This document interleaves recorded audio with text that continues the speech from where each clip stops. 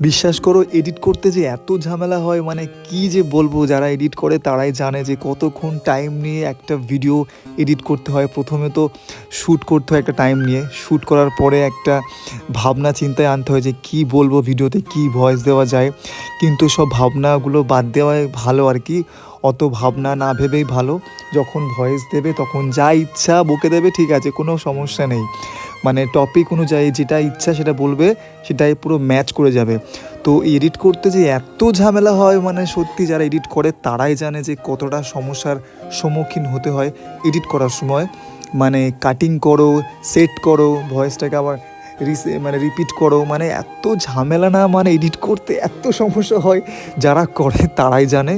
তো যখন video shoot করি তখনই ভয়েসটা দিলে সত্যিই খুবই ভালো হয়, একেবারে ভয়েসও হলো, মানে শ্যুটও হয়ে গেল একেবারে, আর কোনো সমস্যা থাকে না। পরে না ভয়েস না দিলে, যখন ভিডিও তুমি শ্যুট করছো তখন ভয়েসটা না দিলে না, যখন তুমি এডিট করবে তখন যে কতটা সমস্যা হয়, শুধু কি আমি না, অনেকেই জানো। তো আমি এটা করছি একটা প্রজেক্ট আমার এই 2 ছাত্রের জন্য। তো মানে সামার ভ্যাকেশানে সব প্রজেক্ট দিয়েছিল, এক গাদা প্রজেক্ট, মানে কতটা দিয়েছে প্রজেক্ট, দেখতেই পাচ্ছ যে কতটা প্রজেক্ট দিয়েছে।